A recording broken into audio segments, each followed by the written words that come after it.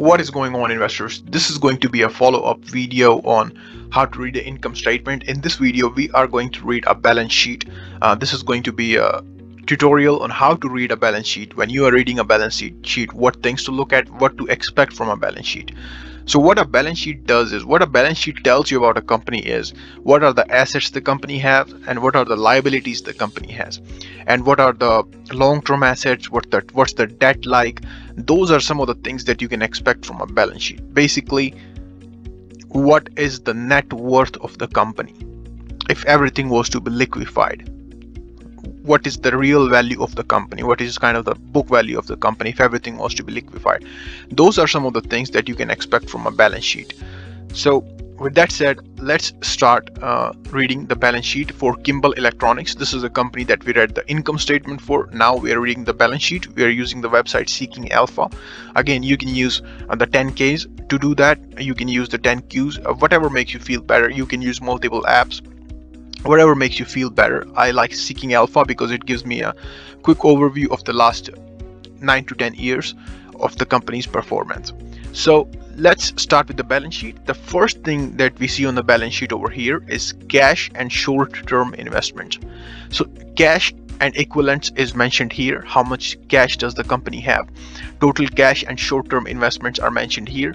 That has been growing over time for Kimball Electronics. Now, short-term investments for many companies over here, they can be investing in other companies, they can be investing in other securities, they can be investing in the stock market, and their cash, so that will also be mentioned here. If they have money in CDs, deposits, any other liquid assets, that will be mentioned here. So this is the place for cash, how much cash the company has. Next point is receivables. What are the accounts receivables? So what receivables are is basically what you receive from other companies. Like if you are doing like if someone is your customer, okay, but they don't pay you upfront, they are going to pay you as the contract goes on, or the contract has gone on, but they have promised to pay you their either on a credit or something like that. So these are accounts receivable, what money is still left in the customers for which you have done the service for. So Kimball Electronics, it has sold the products and now it's just waiting for the money to be received from those customers, and so that is 249 million, as you can see right here, the accounts receivable. Sometimes they do have, if some customers do not pay, some customers have a bad credit or something like that, sometimes they do have some reparations in their balance sheet, where okay, if they don't pay, we have this much money taken out, this will be classified as a it will be written off in the taxes. Okay, now this is what the accounts receivable is. Now the next part in the balance sheet is the current assets. Okay, this is the inventory. What inventory does the company have? If they were to sell everything, all their raw material and products, what inventory do they have? So their inventory is 200 million. Okay, what are the prepaid expenses? That is 22.8 million. Other current assets, that is 4.6 million. So other current assets is anything that can be liquefied quickly. So total current assets come out to be 583 million, and they have been going up over time. That is what you want to see, and also you want to see the percentage. What percentage have they been going up by? Now the things, if you are deep diving into a company, you are deep analyzing a company, the things you can look out for is inventory. Okay, what number are they depreciating their inventory by? So you can go into the 10Ks and do a deep dive analysis of what the real inventory number is, how are they depreciating it. Okay, that way you can get a more better idea of total current assets. But if the company is saying 583 million in current assets, so let's take that. Now let's move on to the next point over here, which is long-term assets. Now long-term assets is basically gross property, plant and equipment, basically land, buildings, plants, uh, all that kind of stuff. That is also increasing over time, which is a good thing. So accumulated depreciation, so what they have added depreciation to that, it is going down, the plants and all that, it is going down in value, so they have added that depreciation over there. So net is right here. What is their property, plant and equipment net asset for that is right here. Now the next is Goodwill. Goodwill is their brand name. What is their brand name worth? Other intangibles could be patents or something, something, some contract with customers or something like that. That could be listed in other intangibles. Others are Goodwill. I don't really count it as asset, but companies mention it, so it's okay. Other long-term assets are something like, it could be land, it could be anything. Other long-term assets are also going up over time, so that's a good thing. So total assets are going up over time, and the total assets are 814 million. Okay, so this is total assets. This is total current assets. Okay, so we focus on total current assets right now, but let's keep moving. Now the next thing is liabilities. So it gave us the assets. Okay, now it's going to give us the liabilities. This is the accounts payable. How much does the company owe for the services it has taken, for the services it has consumed? How much do they owe to other companies? This is the accounts payable. Accrued expenses. Okay, this is right here. Short-term borrowings. Okay, how much have they borrowed? So right now they are not borrowing anything. Current portion of long-term debt. Okay, this is the long-term debt. Current income taxes payable. Okay, this is the income tax that they still owe. Unearned revenue. Okay, this is the unearned revenue current, that is right here. Other current liabilities. Okay, other current liabilities are right here. So it gives us total current liabilities. What are the total current liabilities of the company, that if they get in a bind, that they owe? This is 300 million. Okay, so almost 301 million. So this is the total current liabilities, 301 million. The total current assets are 583 million, and the total cash on hand is 106 million. So generally, so they are in a very good position. Okay, they are over in their current assets. If things go south, they have more than enough resources to pay for the current liabilities. But in a very, very ideal, perfect situation, I would expect the cash to be enough to cover the current liabilities. But this is not a bad situation at all as well. I'm not complaining. Okay, and the total current liabilities have been going up. That's okay. So next, moving on to um, the long-term liabilities. Now, one more point. When you are analyzing a business, the ratio of total current assets divided by total current liabilities is called current ratio. So that ratio, if it's above 2, it's good. If it's below 2, it's not so good, because that means the assets are barely enough to cover for the current liabilities, the current assets. So next, moving on to long-term liabilities. Okay, what are the long-term liabilities the company have? Long-term debt. The long-term debt right now is 40 million. It says right here, pension and other post-retirement benefits is going up over time. It's right now it's 9.5 million. So pension is a very big liability. I really don't like seeing it on the balance sheet of a company, but it's there. In modern companies you won't find it, but these are old school companies, so you will find it there. Capital leases, how much is the lease for their building? They have one building that they have a capital lease for. Other non-current liabilities are like something other than these liabilities that are mentioned here. Now total liabilities are 372 million. Okay, and total current liabilities are 301 million. Okay, now moving on to common equity. Common equity is the common what amount is the common stockholders hold in that company.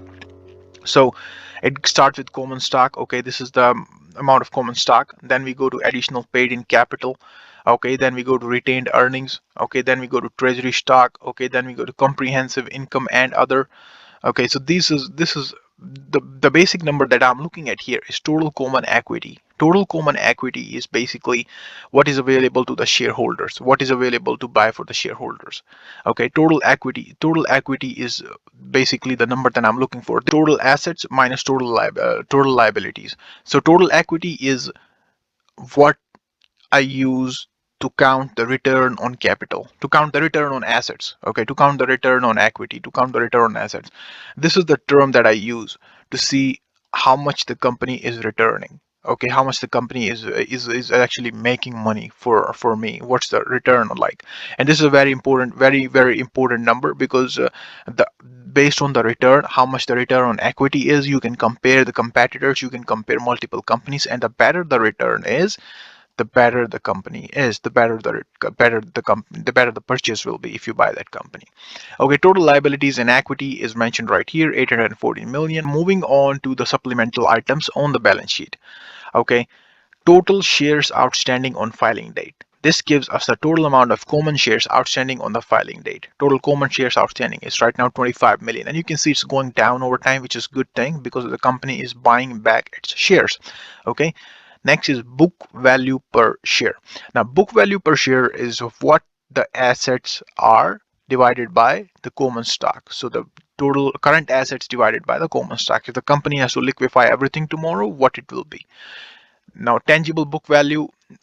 So tangible book value per share is basically, so book value per share is all assets, current total assets, while tangible book value is total current assets. If the company has to liquefy tomorrow, what will the total current assets divided by the amount of shares? So I look at tangible book value per share when I'm analyzing a business. Tangible book value is mentioned here. The tangible book value is 413 million, as we saw. Okay, so tangible book value per share is $16.55. Very, very good. So generally, when I'm analyzing a business, what I do is I subtract this from the price of the stock. So the price of the stock right now is $28.25. So if I'm buying this, I'm going to subtract the tangible book value from that. So 28 minus 16.55, whatever that is left, that is what I will divide with the earnings to get a P by E ratio that I'm paying for. So for example, in this case, 28.25 minus 16.55 will give me $11.70. That's the amount that I'm paying for the stock. Now $11.70, if I divide that with the earnings per share, which is $2.24 for this year, generally I take an average of 5 years. That comes out to be a P by E of 5. I'm paying a P by E of 5 for this company because of the tangible book value per share. Now the tangible book value per share can also be used to count the return on assets. What are the return on the assets that the company is producing? Because these are the real assets, current assets that the company has. This is the current asset that the company has. If everything is liquefied tomorrow, company goes belly up, this is what you will get as a shareholder. You paid $28, but this is what you will get as a shareholder. Okay, so this can be used to count the return on assets. Sometimes the company can exaggerate some things. So you can use the cash on hand to count the tangible book value per share and then count the return on assets. Okay, that can be also be done as well. Now moving on to the next point. So this is tangible book value per share. Very, very important when you're looking at a balance sheet. Next is total debt. How much total debt the company has. Okay, 67.8 million. Moving on to the net debt. What is the net debt? So net debt is basically total debt minus the cash on hand. So the net debt is negative 38.6 million, which is a very, very good thing. Okay, very, very good, because as long as the debt is in negative, it's great, because that means the company doesn't have any net debt.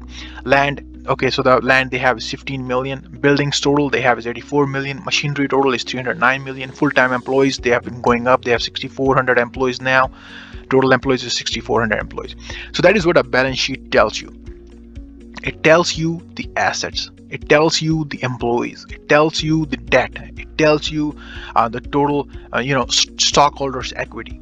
That is what a balance sheet gives you.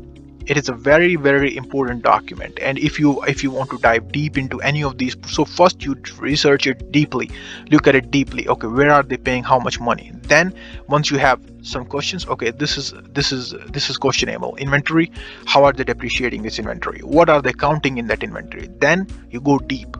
Okay, this is just a surface level. Once you read this, then you go deep. You go into the 10 case, you go into the investors presentations, you call the company, you go into the presentations that they are called, the calls that they do, and all that. So then you go deep, then you do your due diligence when you're analyzing a business. That is how I analyze businesses.